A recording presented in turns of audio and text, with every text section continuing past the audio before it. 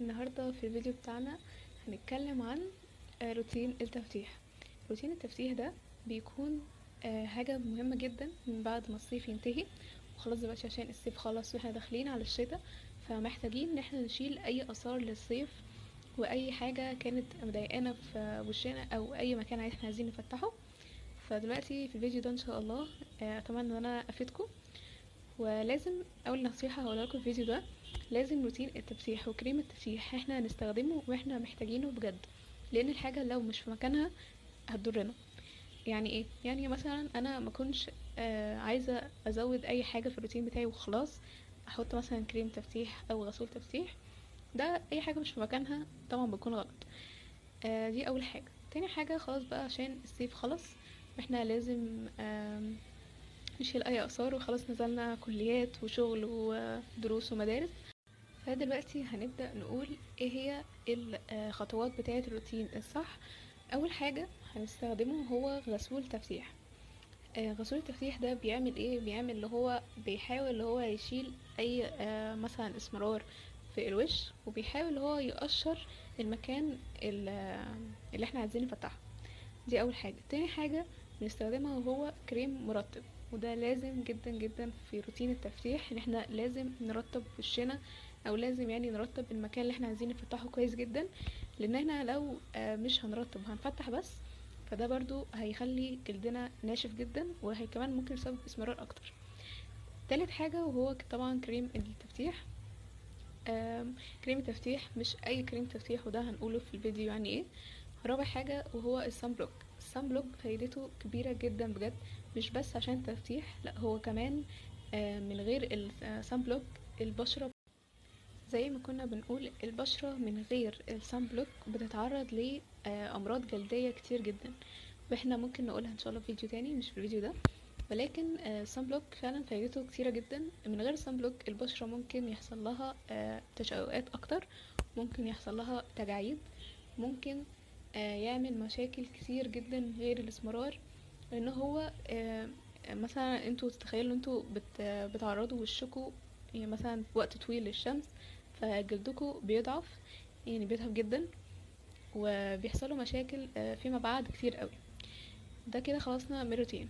طيب ايه بقى الكريم التفتيح اللي انا كنت بقولكوا عليه ده، اللي احنا ما نستخدمش اي كريم تفتيح؟ في كريمات تفتيح اللي هي بتكون تفتيح مؤقت. يعني ايه تفتيح مؤقت؟ يعني مش علاجية خالص، ملهاش اي علاقة بالعلاج خالص. يعني بتكون مجرد بس، زي ما كنا بنقول الكريمات اللي هي تفتيح مؤقت دي، اي حاجة هتظهر في الفيديو النهاردة هيكون انا كلها مجرباها الا حاجتين اتنين بس، ويعني هقولكوا عليهم ايه هما. اول حاجة بس خلينا في الكريمات التفتيح المؤقت. اول واحد انا جربته اللي هو ايفا بي وايت، اللي هو ده. كان في منه نوعين بس انا جربت ده بس. ايه بقى مثلا هو بيعمل ايه؟ كانكوا حاطين بودرة على وشكوا، يعني بيفتح تفتيح مؤقت بس، يعني مجرد مثلا انت حطيتيه روحي غسلتي وشك تاني فهو هيتشال، يعني كأنك ولا حطيتي اي حاجة. بيضر البشرة، بيطلع حبوب في البشرة، وحش طبعا. تاني واحد وهو كريم جارنيه، اللي هو ده برضو، ده برضو تفتيح مؤقت. ده بقى يعني كأنك حاطة بودرة بزيادة. انا كنت مثلا اي حد يشوفني يقول لي انتي حاطه ايه على وشك وكده، اقول له مثلا حاطه كريم اللي هو ده. فطبعا كان تفتيح مؤقت وكان وحش جدا، مش حلو خالص. وكمان في طبعا كتير مننا بيلاقوا كمان على جروبات الفيسبوك اللي هي حاجات كده بتفتح، وبيقولوا اللي هي فعلا بتفتح، بس طبعا ده ولا ليه اي علاقة بالتفتيح. انا جربت حاجة كده من على جروب الفيسبوك قبل كده، طلعت وحشة جدا بجد، كانت بجد سيئة جدا. طلعت لي حبوب، كانت برضو تفتيح مؤقت، كانتش بتعمل اي حاجة غير بس انها كانت ممكن ان هي تكون بترطب الجلد شوية، ولكن وحشة في الاول في الاخر. فبجد انصحكم ان انتوا بلاش تستخدموا اي كريم تفتيح وخلاص. كريم التفتيح بالذات لازم يكون من مصدر موثوق فيه، ومثلا من ناس موثوق فيهم. آم، وبرده كريم للحبوب برضو، ده برضو بيكون لازم يكون من مصدر موثوق فيه، ويكون كل الحاجة اللي انتوا بتجيبوها اوريجينال من ناس موثوق فيهم برضو. طيب دلوقتي بقى خليني اقول لكم على الروتين اللي انا استخدمته وكمان بجد نفع معايا جدا. اول حاجه هقولكوا عليها دي حاجه انا يعني لسه ما استخدمتهاش قبل كده، ولكن سمعت عنها ريفيوز كتير قوي من ناس موثوق فيهم جدا، وهو غسول ستارفل اللي هو ده بجد. يعني سمعت عنه كتير، اللي هو بينعم البشره، بيفتحها بجد. هو كل اصلا المكونات اللي فيه بتبقى مفيده لاي بشره، وهو حلو. بس انا ما استخدمتوش، بس سمعت عنه اللي هو كويس. اللي انا بقى استخدمته في الروتين هي الصابونه بتاعت ستارفل اللي هي دي، بجد تحفه بجد. بتفتح بتنعم، وما عملتليش اي بجد حبوب ولا اي حاجه، كانت كويسه جدا معايا بجد. انا ارشحها لكم جدا. واللي استخدمته معاها هو الوايتنج كريم بتاع ستارفل اللي هو ده، بجد تحفه، حلو جدا، بيفتح فعلا.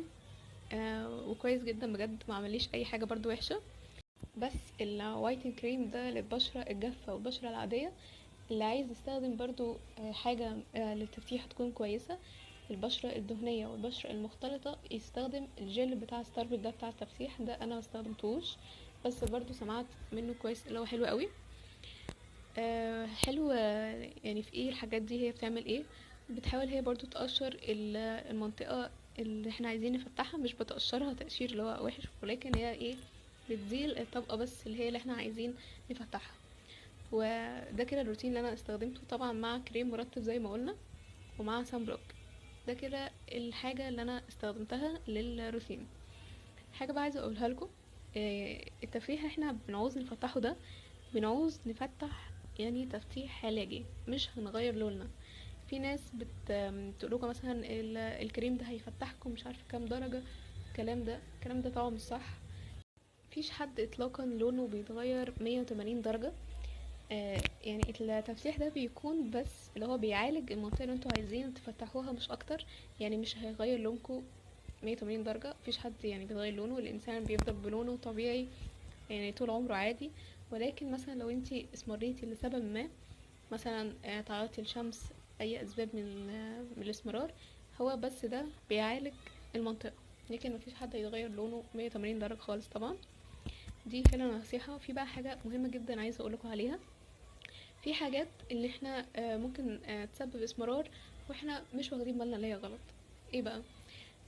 مثلا ممكن في ناس وهي مثلا تيجي تغسل وشها، مثلا وهي بتغسل سنانها خصوصا، المعجون مثلا وانتوا بتغسلوا سنانكم يعني بيطلع حوالين المنطقة دي.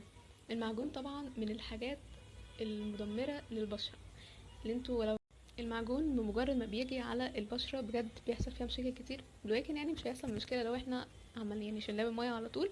ولكن في ناس بتصدق فعلا ان في ماسكات بالمعجون، تعمل بالمعجون وبتفتح ومش عارفه بتعمل ايه. الكلام ده طبعا غلط جدا.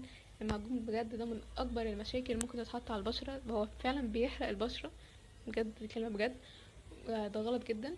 في برضو حاجات احنا غلط يعني فعلا اللي احنا نحطها على بشرتنا، زي السكر والملح والليمون، التلج.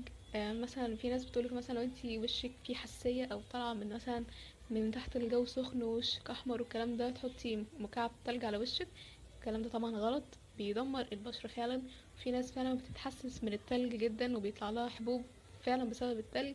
في ناس بتقول طبعا دي مية يعني هتضر في ايه، ولكن هي فعلا مضرة. في ناس فعلا بتتحسس من مكعب التلج لما يكون ساقع كده.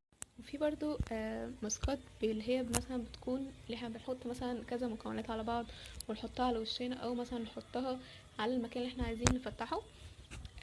مثلا منهم في برضو القهوة بتبقى مضرة للناس اللي بتكون بشرتها معرضة للحبوب. او في برضو في ناس بتتحسس من القهوة حتى لو بشرتها جافة عادية، اي حاجة من دي. القهوة بتأكسد على البشرة، يعني بجد بتضرها، ممكن هي بتضرها كتير قوي واحنا مش واخدين بالنا. كذا مرة بجد كنت عاملة ماسك من الماسكات اللي بتتحط على بعض دي، وفعلا بشرتي حصل لها مشاكل.